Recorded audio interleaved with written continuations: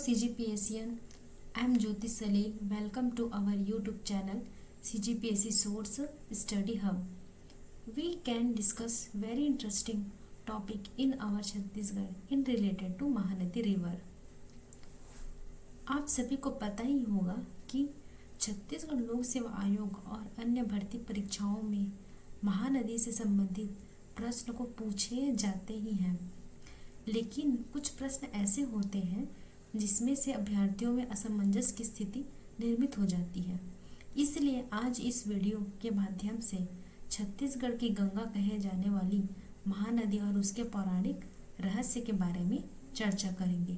तो चलिए चलते हैं महानदी के अनकहे तथ्यों की ओर।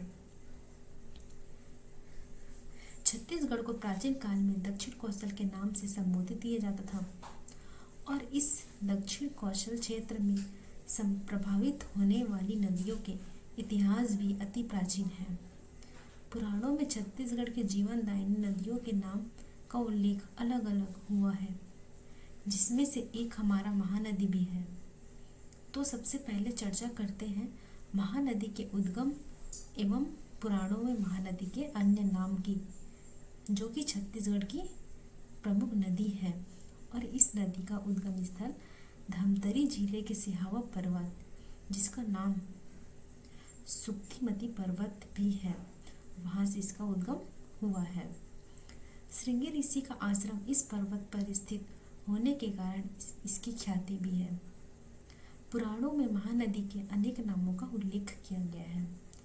महाभारत काल में इसे चित्रोत्पला नदी, मार्कंडेय पुराण और क्रुमु पुराण में भी इसे चित्रोत्पला नदी ही कहा गया है, जबकि वायु पुराण में इसे नीलोत्पला नदी भी कहा गया है और साथ ही साथ कहीं कहीं पर तो इसे महावेगा और मंदवाहिनी नदी भी कहा गया है। अभी तक आप सभी ने महानदी के पौराणिक नामों को समझा। अब हम इसकी सांस्कृतिक पृष्ठभूमि को भी समझने का प्रयत्न करते हैं। छत्तीसगढ़ की सांस्कृतिक विरासत में महानदी का महत्वपूर्ण योगदान है। चित्रोत्पला अथवा महानदी को छत्तीसगढ़ एवं उड़ीसा में गंगा के सदृश पवित्र एवं महत्वपूर्ण माना जाता है, इसलिए इसे छत्तीसगढ़ की गंगा भी कहते हैं।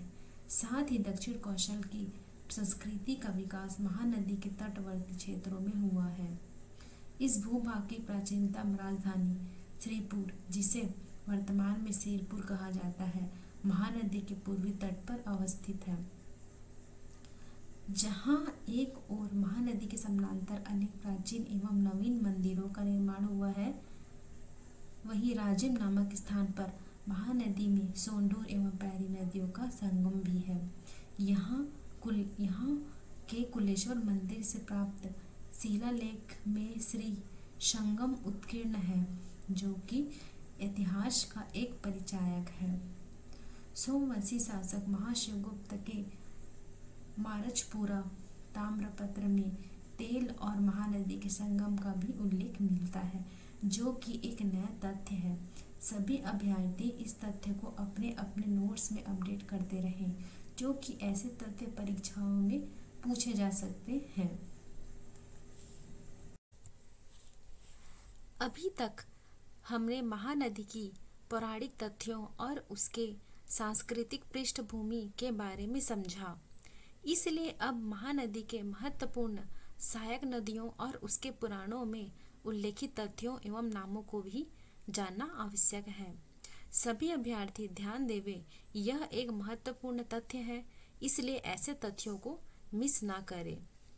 शिवनाथ नदी, जिसे सूनी एवं शिवा नदी के नाम से संबोधित किया जाता है, तो वहीं जोक नदी को पुराणों में पलासनी नदी के नाम से संबोधित किया गया है। सकरी नदी को संकुली और हसदो को हस्तुसोमा एवं माण नदी को मंदगा नाम से और तेल नदी को उत्पलावती कहा गया है। महानदी, जो कि प्रायद्वीपीय भारत की प्रमुख नदियों में से एक है, इसकी लंबाई लगभग 858 किलोमीटर है, जबकि छत्तीसगढ़ में इसकी लंबाई लगभग 286 किलोमीटर है। यह पहाड़ियों से 442 मीटर की ऊंचाई से निकलकर कांकेर जिले तक लगभग 50 किलोमीटर की लंबाई में पश्चिम दिशा की ओर बहकर एक मोड़ बनाती है। बस्तर संभाग को पार करके महानदी धमतरी, रायपुर, बलौदाबाजार, बिलासपुर, जांजगीर चांपा और रायगढ़ से गुजरती हुई उड़ीसा राज्य में प्रवेश करती है। उड़ीसा राज्य में हीराकुंड बांध बहुउद्देशीय परियोजना स्थित है, जो कि भारत की सबसे लंबी बहुउद्देशीय परियोजना है और सोनपुर में अनेक जलप्रपातों का निर्माण करती है और कटक से आगे कई धाराओं में विभक्त होकर डेल्टा बनाकर बंगाल की खाड़ी में विलीन हो जाती है। आज की इस वीडियो में हमने महानदी के पौराणिक रहस्य के बारे में चर्चा की।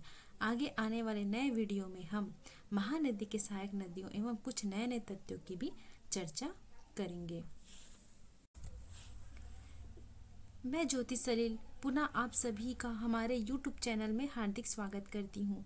नए नए तथ्यों और छत्तीसगढ़ के अनसुलझे रहस्य के बारे में जानने के लिए हमसे जुड़े रहें और हमारे चैनल को लाइक, सब्सक्राइब और शेयर ज़रूर करें। धन्यवाद।